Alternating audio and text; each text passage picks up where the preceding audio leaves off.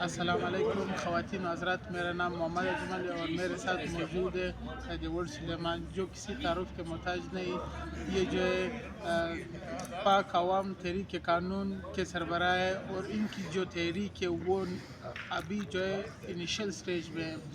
تو ان کا یہ کہنا ہے کہ میری جو پارٹی ہوگی وہ منفرد ہوگی باقیوں سے۔ تو اس مناسبت سے ہم لوگوں نے ایک ویلاگ رکھا ہوا ہے جو میں قائد ورڈ سے پوچھوں گا کہ ایک اسٹیٹ میں انسٹیٹیوشن کا کیا کردار ہوتا ہے۔ اسٹیٹ میں انسٹیٹیوشن ہونا چاہیے یا نہیں ہونا چاہیے؟ اگر ہونا چاہیے تو کیوں ہونا چاہیے؟ اگر نہیں ہونا چاہیے تو کیوں نہیں ہونا چاہیے؟ سلیمان آپ سے پوچھتے ہیں کہ اسٹیٹ میں کیا کردار ہونا چاہیے ایک انسٹیٹیوشن کا، ایک ادارے کا۔ بسم اللہ الرحمن الرحیم۔ ایڈوکیٹ اجمل خان صاحب، میں شروعات ایک شعر سے کرنا چاہتا ہوں، اور یہ شعر میرا اپنا ہے، میں نے خود بنایا ہے کہ عجیب سا نظام ہے، ہر قوم تباہ ہے، اس ملک کو چوری کیا اس ملک کے چوکیدار نے۔ یہاں چوکیدار سے میرا مطلب حکومت ہے، چوکیدار سے میرا مطلب سارے کے سارے ادارے ہیں۔ یہ سارے ادارے، یہ امریکن گورنمنٹ ہمارے ملک کو لوٹ رہی ہے، ہمارے عوام کو لوٹ رہی ہے، ادارے ہمارے عوام کو لوٹ رہے ہیں۔ یوں سمجھو کہ یہ ہمارے خادم ہونے چاہیے، لیکن یہ ہمیں لوٹ رہے ہیں، یہ ہم پر ظلم کر رہے ہیں، یہ عوام کو اپنے غلامان بنانے چاہتے ہیں۔ تو اس بنا پر میں کہتا ہوں کہ نہ ہمیں حکومت کی ضرورت ہے، نہ ہمیں کسی ادارے کی ضرورت ہے۔ ادارے، حکومت سب لڈلے بن چکے ہیں، اور یہ لڈلے عوام پر بوجھ ہیں۔ یہ غنڈگرد لڈلے ہیں، غدار لڈلے ہیں، بدماش لڈلے ہیں۔ یہاں کیا آپ کی فوج بدماش نہیں ہے؟ کیا آپ کے سارے ادارے بدماش نہیں ہیں؟ آپ کی گورنمنٹ بدماش نہیں ہے؟ آپ کے حکمرانان بدماش نہیں ہیں؟ دیکھ لیں، حکومت عوام کی خادم ہوتی ہے، حکومت عوام کی خدمت کرتی ہے، ادارے عوام کی خدمت کرتی ہیں، ادارے عوام کے چوکیدار ہوتے ہیں، لیکن یہاں یہ لڈلے بن چکے ہیں، غدار بن چکے ہیں۔ میں یہاں پہ ایک یہ سوال آئین کے غدار ہیں سارے کے سارے۔ میں یہاں پہ ایک سوال آپ سے پوچھنا چاہوں گا۔ اگر آپ اداروں کو ختم کر دو گے، کیونکہ ایک سسٹم بنا ہوا ہے کہ ادارے ہونے چاہیے، جیسے ایجوکیشن کا ایک ادارہ ہے، فیمرا ہے جو میڈیا کو ریگولیٹ کرتا ہے، اس طرح بہت سے ادارے ہیں۔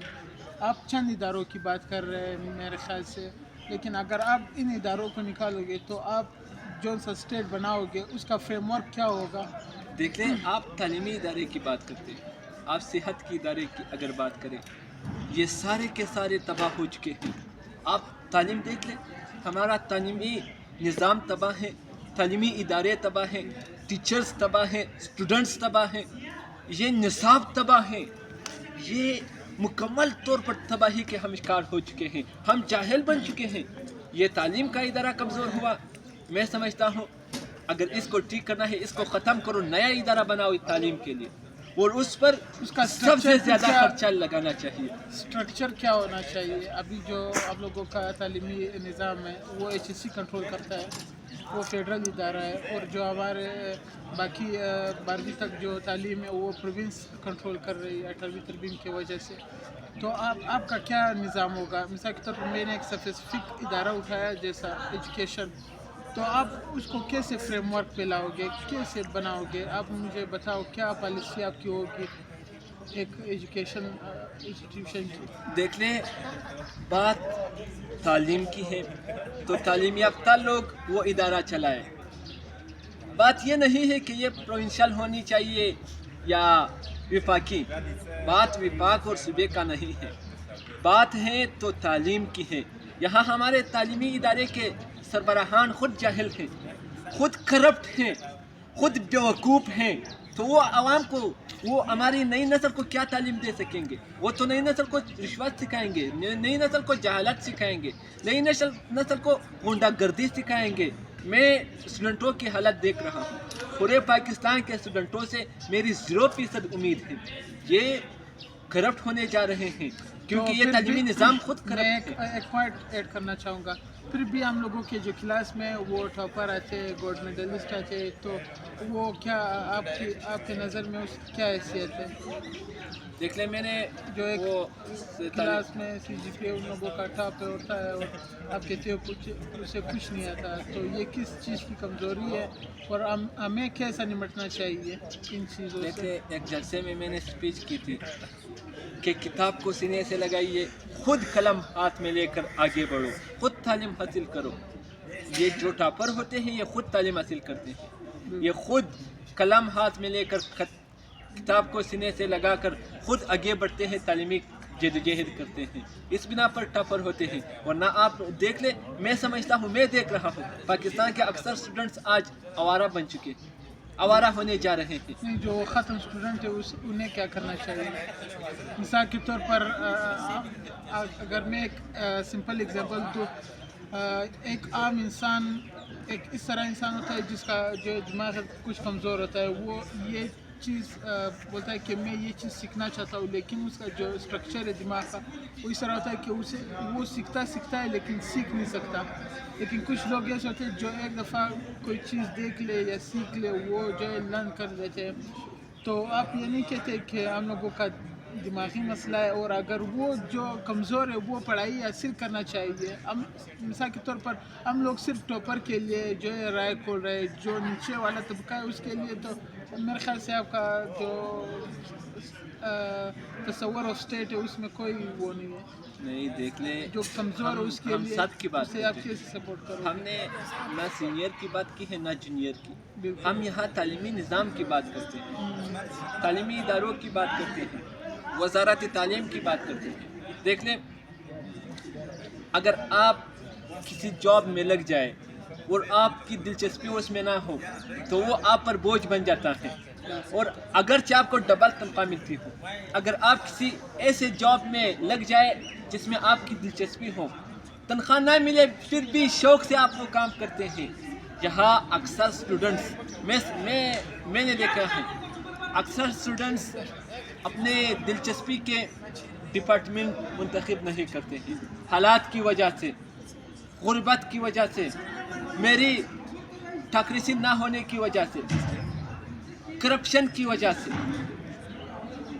पैसा मांगने की वजह से वो अपनी दिलचस्पी के डिपार्टमेंट मुंतखब नहीं कर सकते हैं, जिसकी वजह से वो क्या जूनियर हो जाते हैं। लेकिन मैं एक चीज़ और ऐड करना चाहूँगा, मैंने खुद ये चीज़ ऑब्ज़र्व की है कि कुछ ऐसे तलबा है जिसे घर में फोर्स किया जाता है कि आपने इस डिपार्टमेंट में जाना है, ये करना है, वो करना है, लेकिन उसका जो दिमागी स्ट्रक्चर है वो उस चीज़ में नहीं लगता होता है या वो चीज़ वो सीख नहीं सकता। लेकिन घर में उसे प्रेशराइज करके या इम्पोज करके कि आपने लॉ डिपार्टमेंट में जाना है, आपने MBBS करना है, आपने इंजीनियरिंग करना है, आपने दूसरे तीसरे चीज़ें करना है, लेकिन उसका जो स्ट्रक्चर है वो अगर डांस सही कर सकता है उसे उस चीज़ के लिए नहीं छोड़। अगर वो दूसरे तीसरे चीज़ में माहिर है या वो चाहता है कि मैं ये चीज़ सीख लूँ, ये चीज़ मेरे लिए प्रॉफिटेबल, ये चीज़ मैं सीख सकता हूँ, लेकिन घर वाले नहीं छोड़ते, आप इनको कैसे मैनेज करोगे, इसको कैसे समझाओगे? देखिए, जब एक स्टूडेंट स्कूल जाता है तो वो उस्ताद की गिरफ्त में आता है, उसके दिमाग पर उस्ताद का कब्जा होता है।